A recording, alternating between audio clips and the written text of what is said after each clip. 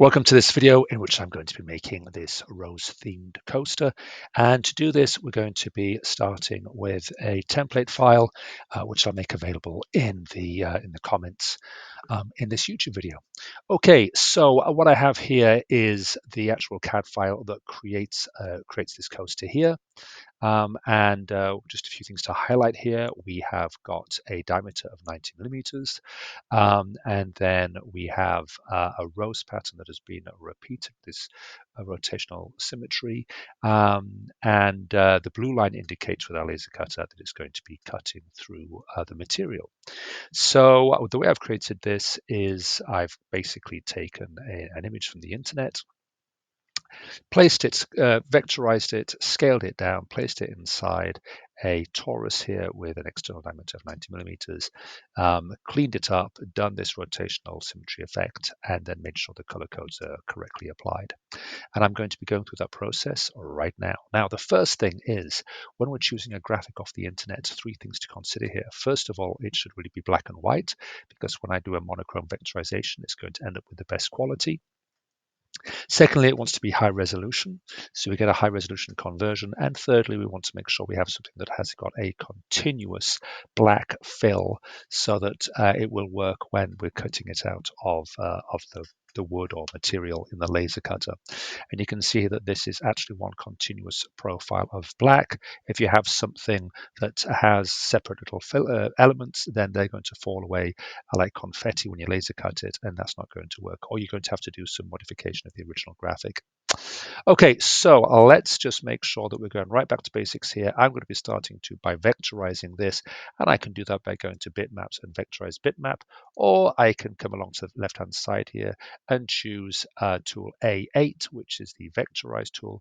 If I click on this and then click on the image, I want to make sure I'm doing a monochrome vectorization here, and I've got a slider here to be able to control the amount of black that's converted, or should I say, the range of tone that's converted into my vectorized image. And you can see if I go too far there, I'm really capturing too much of that checkered gray and white background. So let's put it to about there. That looks about right. Let's confirm that.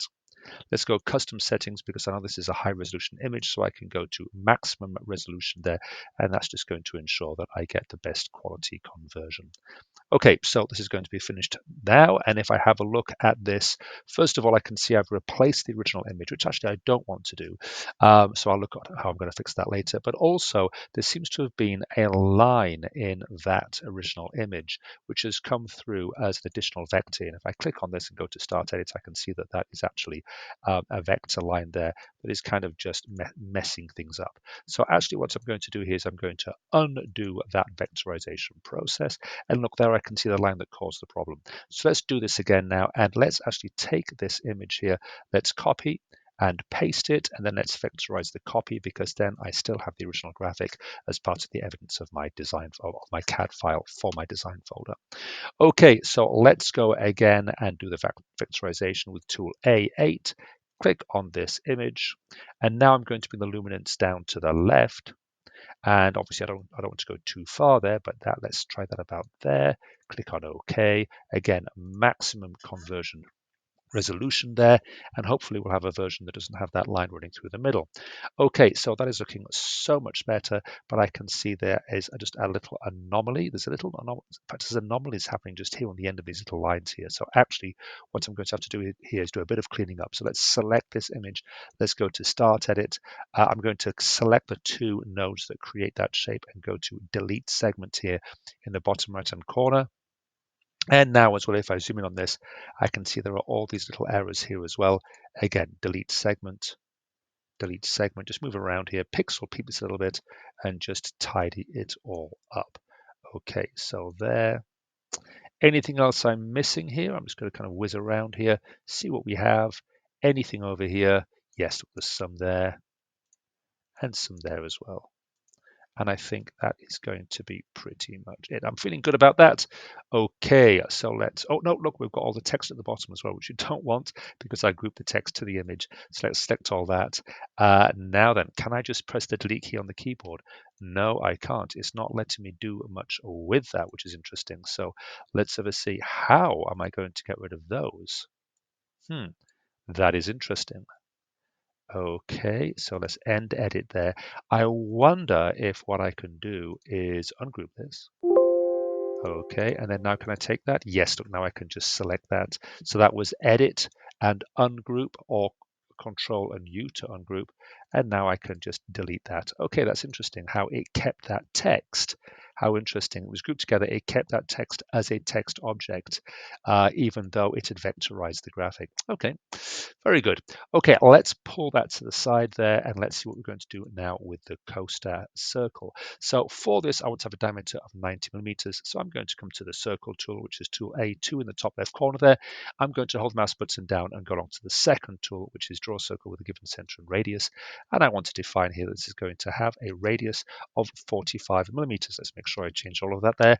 45, which is going to be a half of the diameter, which is 90.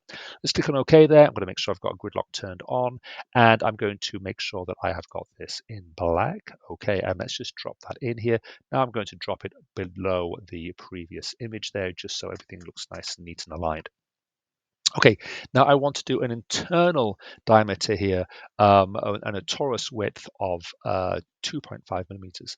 So there's two ways I can do that. I could right click there on my drawing tool, which is back in A2, right click, brings up my context sensitive dialog box, and I could put that to 42.5. That would be one way of doing that internal contour. Or another way is I could come to the contour tool here, which is tool B6, and I could define there a contour spacing of 2.5 millimeters, graphical path, and then just click on the inside edge, and that's going to do that inside contour. Okay, so let's now have a look at what I'm going to do with this row. So let's just pull this down a little bit here. Okay, so at the moment this has got a black fill. I don't want to engrave this, which is what the black fill would do with our laser cutting. I want to do it as a cut profile. So I'm going to lose that fill. Let's select that rose. Let's come to fill here and let's go no fill in the fill dialog box. So that was just at the top there of the screen, the fill tool. And now I can see I've just got this black outline. I'm going to pull this across now and I'm going to look at resizing this.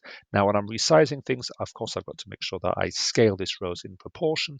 And if I left click on any of these resize handles, I can see I'm going to be distorting the image, which I obviously don't want to do. So what I'm going to do instead here is I'm either going to shift and left click on one of these corner resize handles, or I can right click, which is both of those features are very unique to Techsoft. But if I right click on one of these corner resize handles, it will also maintain the aspect ratio of the rows as I scale it down. Okay, I'm going to use the wheel mouse here just to zoom in. I'm going to reposition this rose across, and I'm going to try and make sure that this rose is correctly positioned so I can then do my rotational symmetry. Now, in terms of positioning here, just notice two things. Number one, I want to have a little gap in here so that I can actually cut into that to sort of identify that the profile of the rose against the edge contour of the circle. And number two, I want to make sure that my petals here are all going to be overlapping, not petals, my leaves are going to be overlapping here in the middle. So it gives this kind of this structural rigidity. They're all joined together. And it also allows me as well to have this little neat cutout on the inside here, which I can see happening in the graphic and my picture right here. So it's connected together here. Okay, so let's have a look at what we're going to do here. At this point, I'm just going to try and scale this down a little bit more. Now, of course, I could always use this as a reference up here, but I'm going to try and just work this myself. Let's pull this out a little bit. And it's clear here at this point that I need to turn off gridlock and go to step lock. Let's see if that's going to help me a little bit. And I feel as if even step lock is restricting me too much. So I very, very rarely lose a gridlock or step lock because basically that's allowing me to snap things with precision. But in this case, in terms of this rose, it's more of an aesthetic consideration. So I'm going to turn off gridlock and step lock, and I'm just going to try and position this as closely as I can, just using just freehand positioning. I've also got to make sure, of course, that it's positioned correctly to the center of the circle. And what you might want to do here, I'm just going to move this to the side aside for a second, is you might want to have a crosshair. I've got to put gridlock on again here. You might have a crosshair in the middle of the coaster there so you know where the center is. In fact, I think I'll just do that while I just reposition this. Let's turn gridlock back off again. Let's pull this in here, and I clearly need to resize this a little bit smaller, and I'm going to just bring this across a little bit. So now it's just a case of me trying to get this just in the right position. So, oh, was that good? Let's just, no, look, it's not quite overlapping there. So let's just come up a little bit there.